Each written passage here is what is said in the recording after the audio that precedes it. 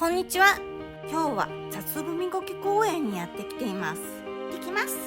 こちらは群馬県中之条最央部にある穴地獄から湧き出る強酸性の光線に育まれた雑踏苔の群生地です。軽くハイキングするのにいいところないかと、以前来た時すごく綺麗だったのを思い出して再びやってきました。こちらで入園料を払います。お土産とか欲しい場合、ここで買ってください。なかなか珍しいものが売っています。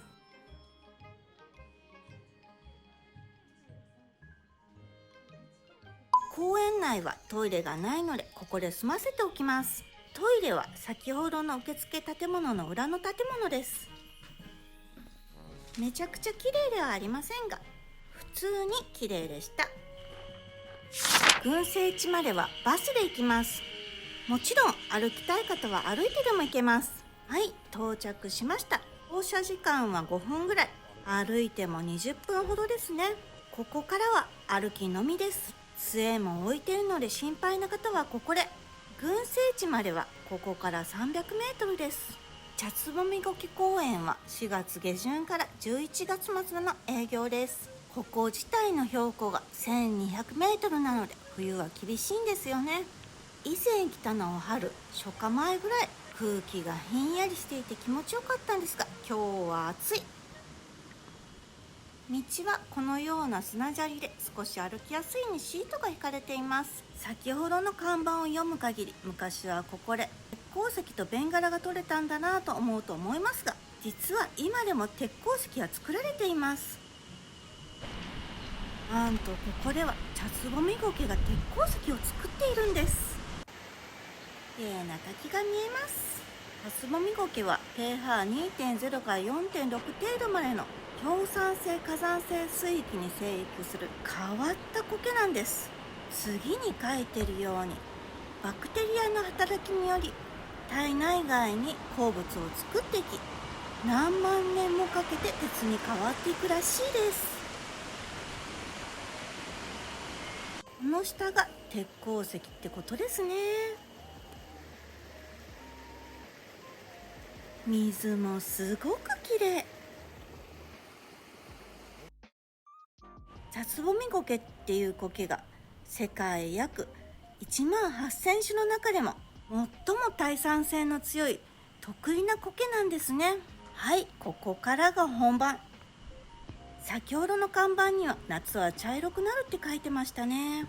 前来た時は全体が青々して美しかったんですが、どうかな。途中で木道に変わりました。より歩きやすくなりましたが、ですがスニーカーや歩きやすい靴で来てください。バスを降りたところからずっと緩い坂です。まあのんびりだとそれほどきつくはないと思います。バスを降りたところからゆっくり歩いて所要時間40分くらいです。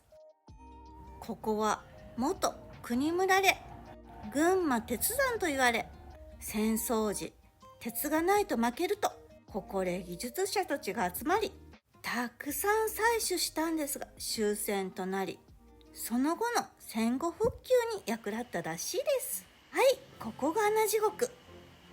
動物がこの穴に落ちると上がってこれないとこの名前になったようです。確かに茶色い。今はいい時期ではなかったですね。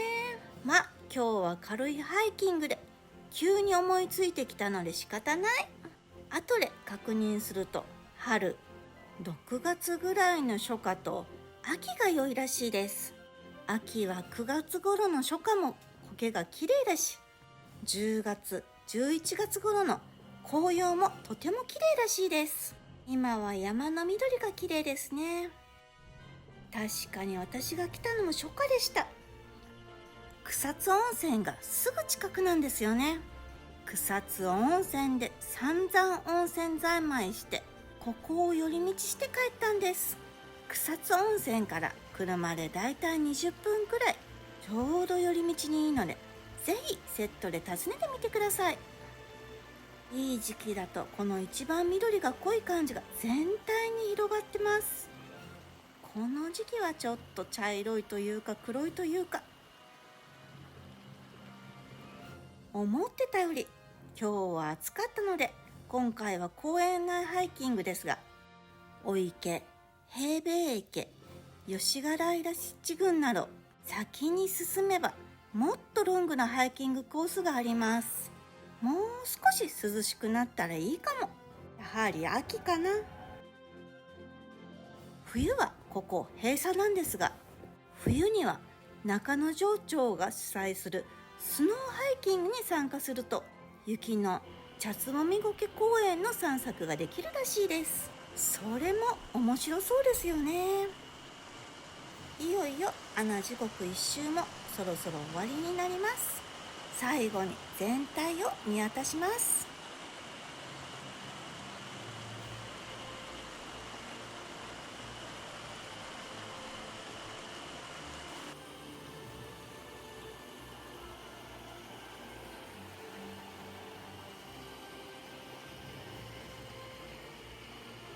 水がほんととっても綺麗。これが温泉水なんですよね。さすが草津温泉がすぐ近くにあるだけあって、いろんなところで温泉成分が湧き出てるんですね。すごいな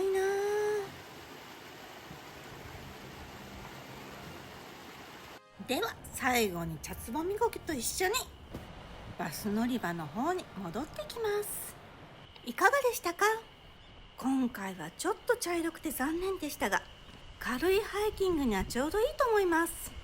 はい、ここで穴地獄とはお別れです。ではバス停の方に戻ってきますよ。はい、バスのところ戻ってきました。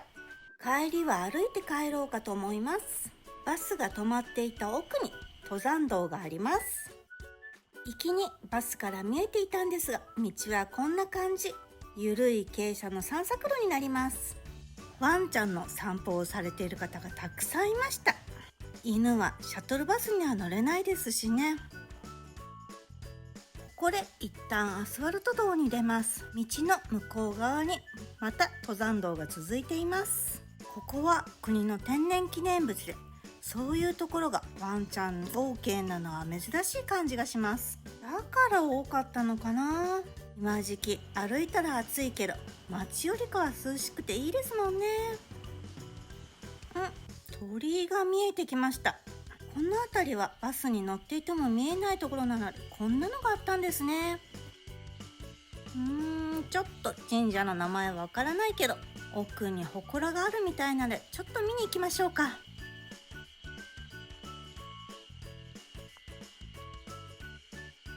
ちょっと後で調べると本山神社というらしいです。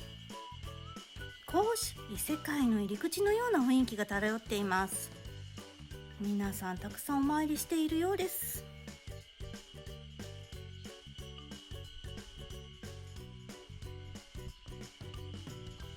苔が茶色くって、私は以前とってもいい時期見てるから残念がってますけど、あんまり見頃ではなかったですが、人はそこそこいました。実は以前行った時よりも混み合っています。入園料もわずかに跳ね上がってるし、人気になってきたのかな。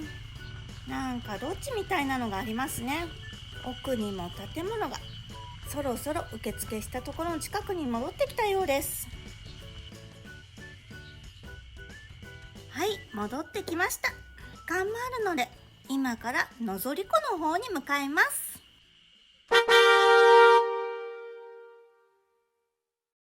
はい、のぞり湖にやってきました。茶つぼみ苔公園から約1時間ほどです。茶つぼみ苔公園でお池とか行って、少し歩く距離長いハイキングしようかと思っていたんですが、思ったより暑くてそこそこの登りだったので、少し標高高いし湖近いし涼しいかなって、ここの湖一周ハイキングをします。と言っても先に腹ごしらえ。お昼なので花の駅でクニッコピザをいただきます。思ったよりちゃんと焼いて出てきました。こちらにはいろいろお土産が置いています。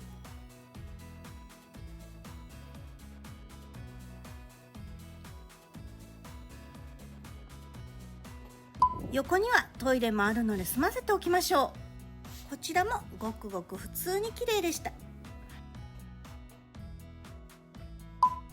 準備もできたので出発します。花の駅建物の横を通っていくと一周できる遊歩道に出ます。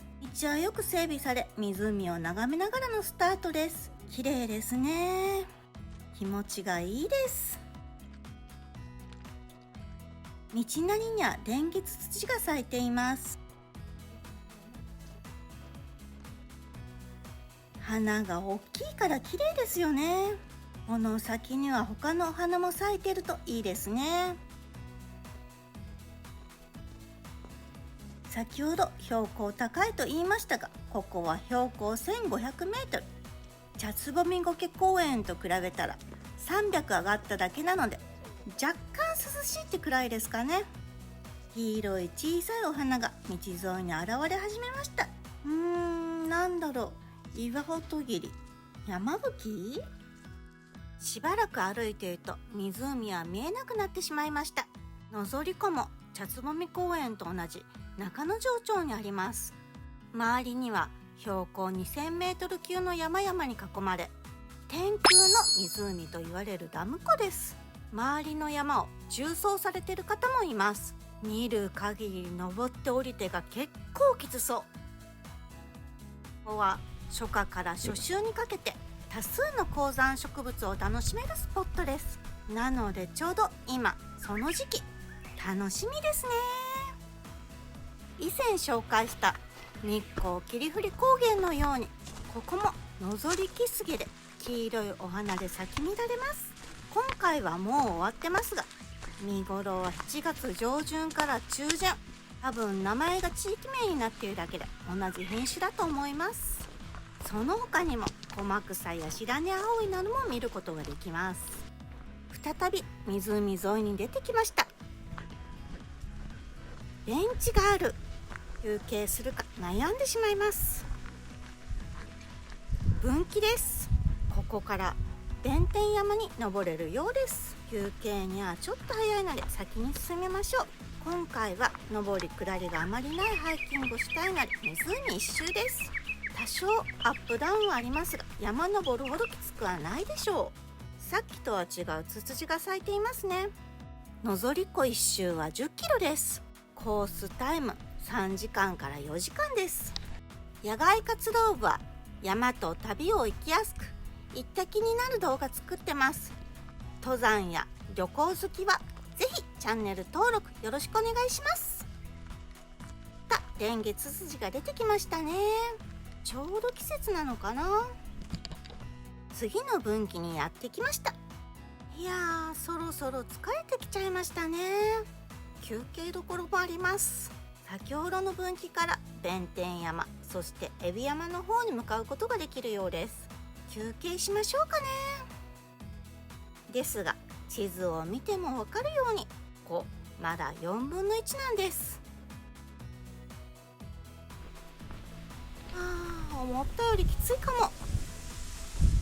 でも進み始めちゃってるから、これは行くしかないですね。頑張りましょう。もうしばらく行くとキャンプ場が現れると思います。とりあえずはそこを目指していきます。この辺りはタンポポの綿毛がいっぱい。可愛らしいですね。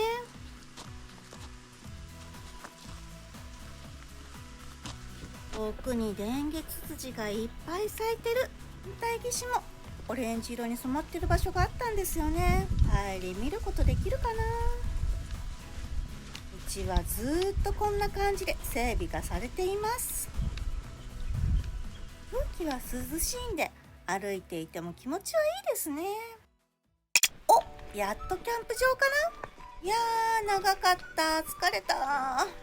でもここで約半分ってところです。折り返しポイントって感じですね。キャンプ場の炊事場をせっかくなので見ていきましょう。炊事場はこんな感じです。広いし綺麗ですね。ここはのぞり湖キャンプ場という穴場なキャンプ場です。ここの場所が奥まっていて、車でもバスでも行きにくいんですよね。そのせいもあってそれほどいつも混んでいません。お水が冷たい。沢の水もとても綺麗ここの問題点が今受付の方に向かっているんですが、受付とテント場まで10分くらい離れてるんです。重いキャンプ道具を一式持って緩い坂道をずっと行かなきゃいけません。あそこがキャンプ受付。車はここまでしか行けないんです。今回はキャンプするわけではないのでどんどん進みます。反対岸に行くために橋を渡るようです。夏は涼しいし自然も豊かで星も綺麗でいいキャンプ場なんですが、何かと不便。以前バンガローで泊まったことあるんですよね。バンガロー宿泊だとバンガローに車横付けできるしついているし、そちらは良かったですね。少し前にキャンプしたいね貼るのはめんどくさいからとちょっと調べたんですけど値上がっていました。お猿さん発見。1匹だけかな。仲間とはぐれたんですかね。近づいても逃げないですね。はい、のぞり湖展望台兼案内所です。先ほどのキャンプ場受付とここにトイレがあります。ちょっと疲れちゃって取り忘れてしまいました。キャンプ場で一旦アスファルト道に出るんですが、そこからまた湖沿いに出るのが分かりにくかったです。先ほどのトイレの建物から少し進んだところに進入禁止とありますが、そこくらいからしか湖沿いに行けそうになく、一応こんな道があります。よくわからないですがここに出てきました。道合ってんのかな。とりあえず進んでみます。もしかしたら他の道があるかもしれません。なんかわからないけど海岸沿いに出てきちゃいましたね。いやいや綺麗だな。多分別に遊歩道があると思います。まあいいか。湖沿いをとりあえず歩いていけばスタート地点の近くには行けるだろうし、こっちの方が楽しいですもんね。やっぱり10キロは長いな。思った以上に疲れちゃいました。先に茶摘み公園歩いたからかな。想像していたより疲れちゃいました。キャンプ場まで全然道の雰囲気が変わらなくって、それで飽きちゃって疲れちゃったのかな。これで思いっきり雰囲気変わって気分一新ですね。残り半周頑張りましょう。反対岸からすごいオレンジ色になっているとこあったんですよね。ここが見えていたのかな。満開って感じですね。いやいや綺麗ですね。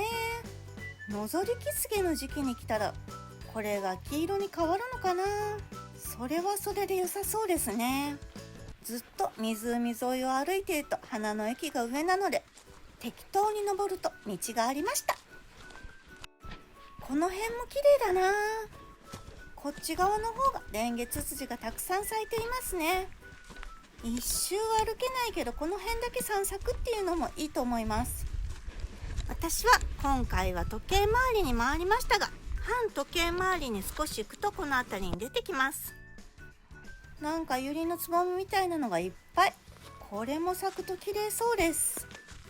やっとこさ5時のあたりまで来たかな。湖がこんな感じで見えます。バンガローの値段はだいぶ上がっちゃいましたが、のぞり湖キャンプ場でキャンプして湖沿いを少し散策するのも楽しいですね。ほんといつもだいたい空いているんです。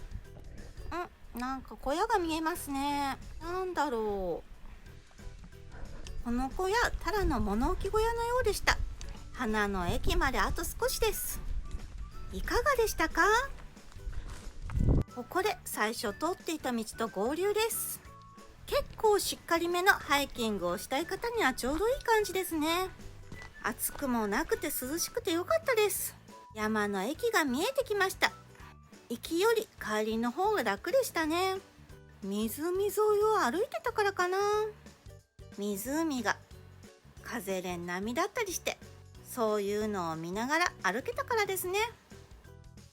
はい、帰ってきました。では今日はこの辺で。バイバーイ。次回は火曜20時、ベトナム編ホアロー収容場です。穴場観光地です。ありがとうございました。次回の動画もお楽しみに。ここです。ここをポチッとお願いします。できましたか？ここです。していただけた方、ありがとうございます。またお会いできるのを楽しみにしています。